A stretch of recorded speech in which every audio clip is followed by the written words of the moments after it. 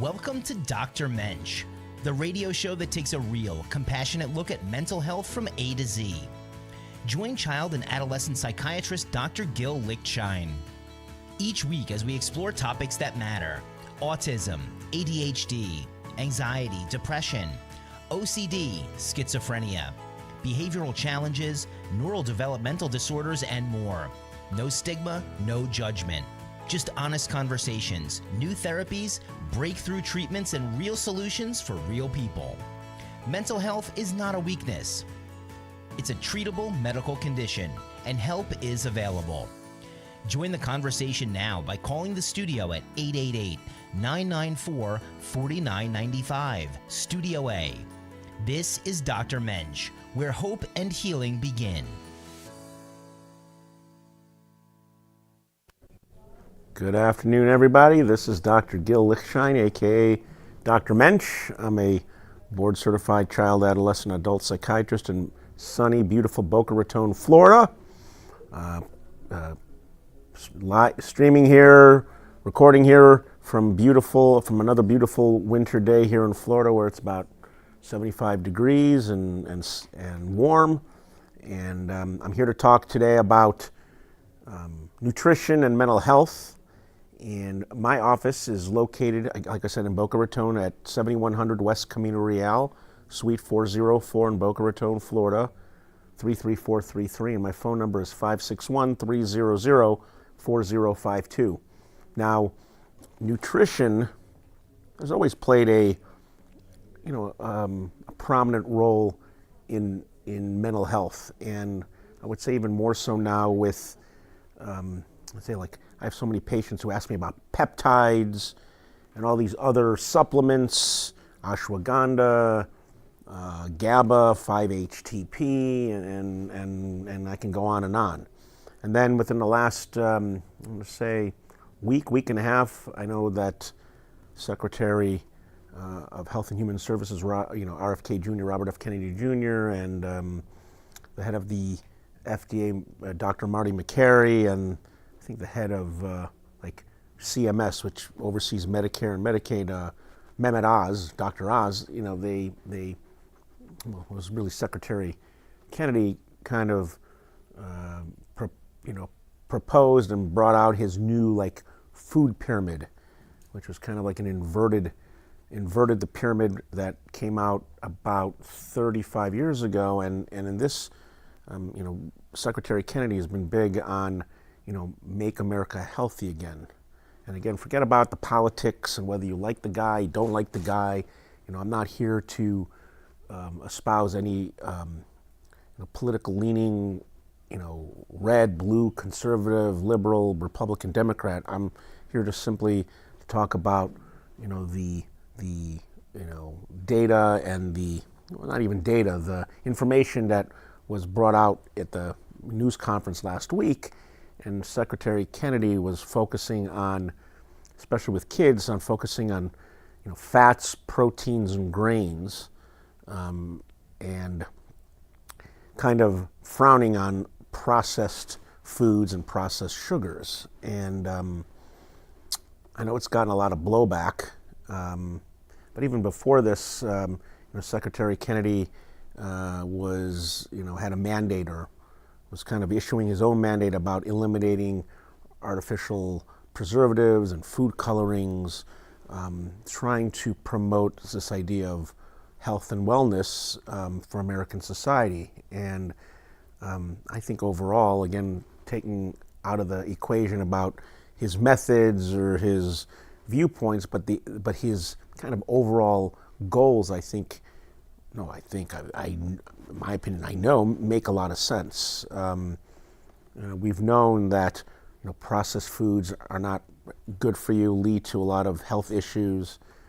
This idea that fats are bad is not necessarily accurate, and that there are certain fats, especially it's called the polyunsaturated fatty acids, and more specifically the omega-3 fatty acids that are often found in foods like avocados, salmon, herring, mackerel, sardines, I personally can't stand sardines or mackerel, but I'm Jewish, so I love herring. But the fats in these types of foods are actually very beneficial, and there's data that shows that in high enough quantities, omega-3 fatty acids can elevate mood. There's some data that they can, as adjunctive treatment in schizophrenia, can help manage psychosis. So these type of fats can actually be very beneficial. And then the idea of grains and protein are also vital to whole body nutrition. Previous mandates about artificial preservatives and food colorings and additives in like cereals and other foods also make sense to try to make food cleaner, pure, more healthy. And I've traveled a lot to Europe, and I can certainly say from personal experiencing in eating in various European countries that I could tell that when I eat there, the food just tastes different, tastes fresher, cleaner. I just feel like it's healthier. And the Europeans don't have all these preservatives and food colorings. Their diet, especially in like Spain and Italy, where they have the Mediterranean diet, where they use a lot of olive oil, foods rich in unsaturated fats, have led to Europeans having lower incidence of like heart disease. That there's lower rates of obesity, and I think that European society was overall healthier. And in America, we're having this epidemic of obesity, especially in our children, which then leads to a whole slew of medical or physical and psychological, we would say medical and mental health issues. And so this idea of proper nutrition is very important. It's even gotten to a point like in psychiatry, there's a number of medications that I, as well as many psychiatrists, prescribe called atypical antipsychotics. These are I call them like broad spectrum drugs. And I don't like to call them atypical antipsychotics per se, because they're used to treat a whole variety of mental health issues: depression, anxiety, bipolar disorder, autism, OCD. And like some of these broad spectrum antibiotics, I kind of use that analogy of atypical antipsychotics are broad spectrum psychotropics. But one of the major side effects of atypical antipsychotics as a group, and this can vary from particular medicine to medicine, is it can cause an increase in appetite and weight gain. And so it's a risk factor for the development of like metabolic syndrome, high cholesterol, type 2 diabetes, and that could lead to a whole slew of medical problems and complications. And so within the last year, there's been some talk about, especially in children, adolescents, and young adults, that when using particular atypical antipsychotics that are more prone to cause weight gain, to immediately prescribe metformin in all these patients. And metformin is a medication that's been used for decades to treat type 2 diabetes, to improve or lessen or reduce insulin resistance. And one of the effects of metformin is weight loss and reduced appetite. And so this concept of, let's try to mitigate potential serious medical problems that are caused by these, medications that are very effective, that to use something like metformin to lessen any medical complications that could be caused by potential weight gain. There's, for the longest time also, patients always look at, I want to call them alternative or complementary treatments for mental health issues, and often would involve like vitamins or supplements. And there are many, supplements out there that do have beneficial effects, physiologically. Like I mentioned, fish oil. So if someone, let's say, doesn't want to eat salmon or sardines or herring or mackerel or hates avocados or has some anathema to olive oil, you could do fish oil supplements in capsules. And so I promote, often recommend the use of fish oil in doses at about 2,000 to 3,000 milligrams a day. And actually, from a psychiatric perspective, I usually try to encourage patients to look at fish oil preparations that have a high. There's two specific omega-3 fish oils that in terms of mental health really play a role. One's called EPA, or eicosapentaenoic acid, and then DHA, or doxahexaenoic acid. And I tell patients to look at a fish oil preparation that has a higher EPA content, that it seems like that the EPA is the one that has kind of more mental health benefits. As I mentioned earlier, there's some data that shows that fish oil has antidepressant effects and can certainly help as in adjunctive treatment of psychotic disorders. So that's one example. I will encourage patients to take another supplement called S-adenosylmethionine, or SAMe, that has shown to have antidepressant effects. The big thing too, I mentioned also earlier about Secretary Kennedy, the whole thing about autism. And I'm not going to get into the debate about vaccines and autism, but one thing he mentioned about leucovorin, or folinic acid, or methylfolate, as I don't want to say as a cure for autism, but potentially something that could help, like, slow down the course. But that aside, in today's medicine, where we have what's called pharmacogenomic testing, where it could look at patients' certain genetic makeup that could affect, potentially give us some clues as to what medications might be better suited for a particular individual based on certain genetic variations they exhibit. One of them is looking at what's called the MTHFR gene, and that's a gene that responsible for production of an enzyme called methylene tetrahydrofolate reductase, or MTHFR, which breaks down folic acid that we either take in a pill form or we get in like foods like broccoli or green, leafy vegetables, and it breaks down the folic acid to a end product called L-methylfolate. And L-methylfolate is able to cross into the brain, across what's called the blood-brain barrier, and is a very necessary and vital kind of ingredient in the production of various neurochemicals like serotonin, norepinephrine, and dopamine.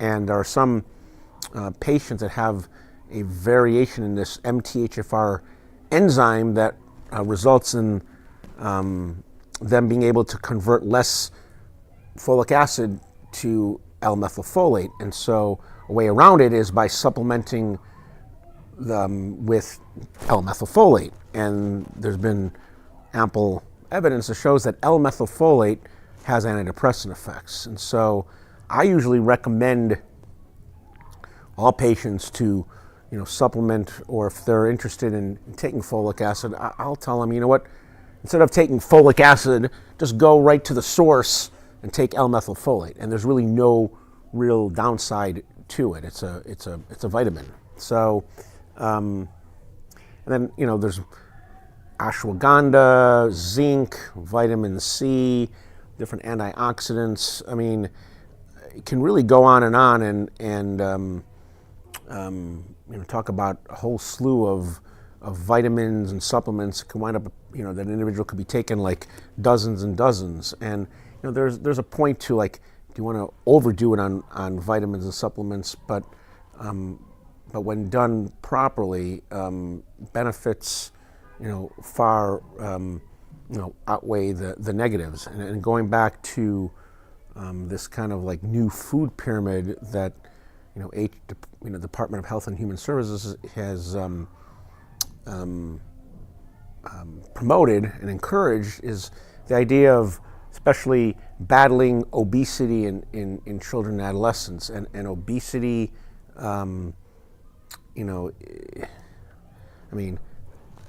it can be viewed in many ways. In some ways, is obesity an eating disorder? One can argue. People who are obese view food differently, in some ways no differently than people with anorexia nervosa or bulimia nervosa. But obesity can also be, transmitted genetically. So again, depending on how you view it, obesity is a huge problem, and patients who are obese clearly are at risk for serious major health problems: diabetes, high cholesterol, heart disease, you name it. Obesity is a risk factor for pancreatic cancer, for example. And people with obesity also have higher rates of mental health issues. Especially in childhood, younger children who are obese often get bullied, picked on, ridiculed, ostracized. That alone can lead to, anxiety and depressive disorders. And then there's also this kind of connection between mental health and obesity.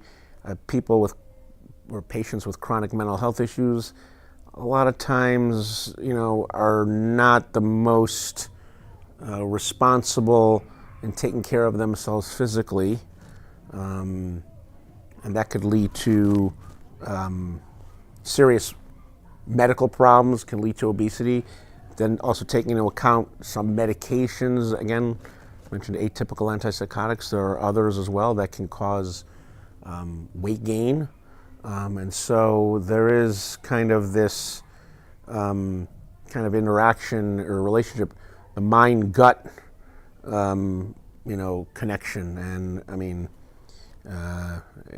it's true that the gut and the brain kind of in embryology, in the development of the human fetus, the mind or the brain and the gut or the GI system kind of they're descendants from the same they have the same ancestor. So again, another fact of trivia is the greatest amount of serotonin receptors in our body is not in the brain, it's in the gut. Curious why, because again, there's this common connection, this common ancestral connection between the brain and the gut. And that's partly a reason why SSRIs, antidepressants, one of the major side effects are nausea, stomach upset, diarrhea. Why? Because of their serotonergic effects in the gut. So there's this kind of intimate relationship between our bellies and our brains. And if we keep our brain healthy, we're more likely to keep our belly healthy. And if we keep our belly healthy, we're more likely to keep our brain healthy. And it's unfortunate that some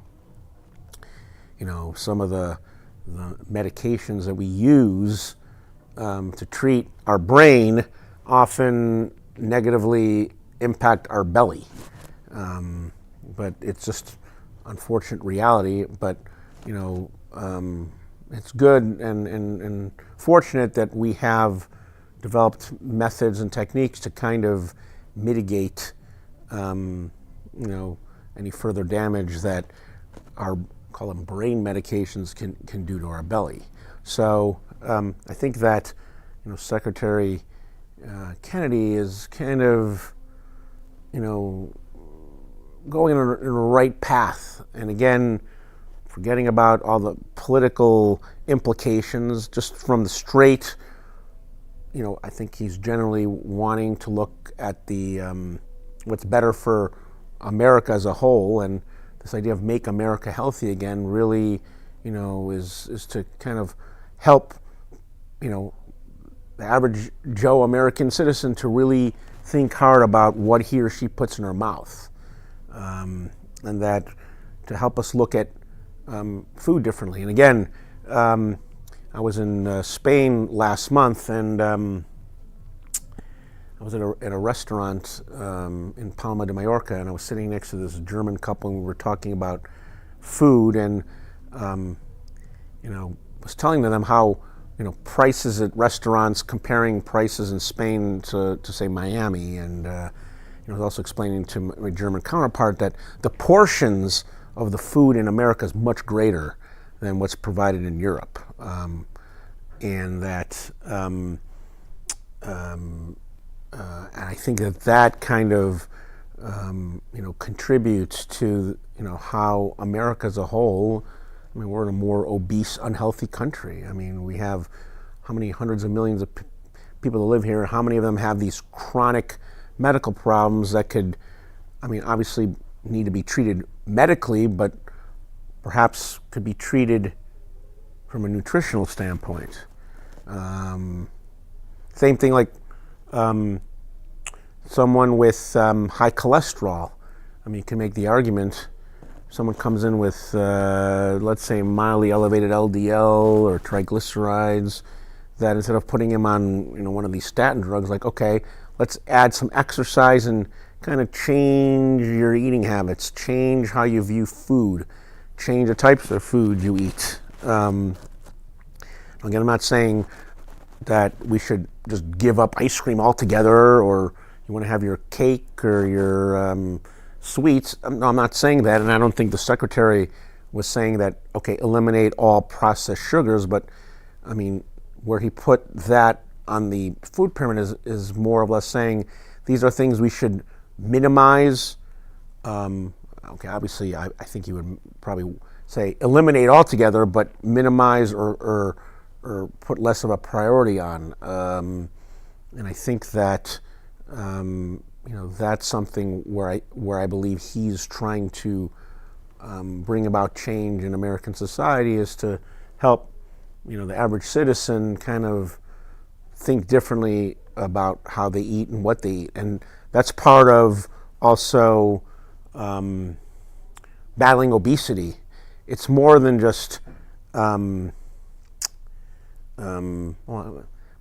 okay, you're overweight. Obesity, in terms of like the treatments, there's medication, diet, but also like a lot of behavioral aspects of obesity, changing how a person thinks about food, what food means to him or her, learning about, like say good fats, good carbs, bad carbs, things like that. No different, or very similar to when someone is being treated for some type of addiction, whether it be gambling, alcohol, smoke, tobacco, drugs, sex, shopping, gaming. It's more than simply, okay, just don't drink alcohol, or don't smoke weed, or don't smoke cigarettes. It's also changing their behaviors, changing their viewpoints, or how they perceive what alcohol is, understanding the negative consequences and impacts of alcohol. So obesity, again, I'm not going to say it's like an addiction, or someone who's obese is an addict, but the treatment of it is more than simply, here, take a pill, or just go exercise for 3 hours a day, or take Mounjaro, or eat less ice cream. It's adopting kind of a whole new lifestyle approach to food, and understanding what losing weight means to both you physically, and obviously, like, I had some patients who've lost weight, and now, because of it, they're off their blood pressure medicine or off their cholesterol medicine. I've had some patients able to get off some of their psychotropic medications because them losing weight has changed their self-image, has changed how they look at themselves. They're happier, they're in a better state of mind, they can accomplish things that they couldn't before. So again, proper nutrition can have an everlasting effect on both the physical state and the mental state, and is part and parcel of any treatment that a psychiatrist would do. At least I try to incorporate that in my treatment approach to patients. I want to thank you again for listening to my latest episode. Perhaps we talked a little off topic or something a little different, but I think that nutrition and mental health is very important. Again, this is Dr. Gil Lichtshein, aka Dr. Mensch, and I want to thank you for listening to this latest episode, and I wish everybody a good rest of your day and a great week. Thank you very much. What happens when the mind of a healer crosses over into the darkness of the human soul? From authors David Icovetti, Dr. Gil Lichtshein, and Yolanda DeLuca comes a chilling psychological thriller, Dr. Mensch, A Prescription for Evil. This gripping novel follows a respected Boca Raton psychiatrist who secretly descends into madness, transforming into a modern-day king of the underworld. Inspired by true events and Dr. Gil's childhood connection to a mob family, this story blurs the line between sanity and evil, genius and destruction. Unforgettable, disturbing, impossible to put down. Get your copy today on Amazon.com. Dr. Mensch, A Prescription for Evil, a 2020 psychological crime thriller. Thank you for joining us for Dr. Mensch with Dr. Gil Lichtshein, helping you navigate the world of mental health with clarity and care. If you or someone you love needs support, you're not alone. Treatment works and recovery is possible. To schedule a consultation or discuss non-medication therapies, personalized treatment plans, or psychiatric care, contact Dr. Gil directly at 561-300-4052 or visit docgil.com. You can catch us each week on South Florida Oldies Radio and streaming across all social platforms. Until next time.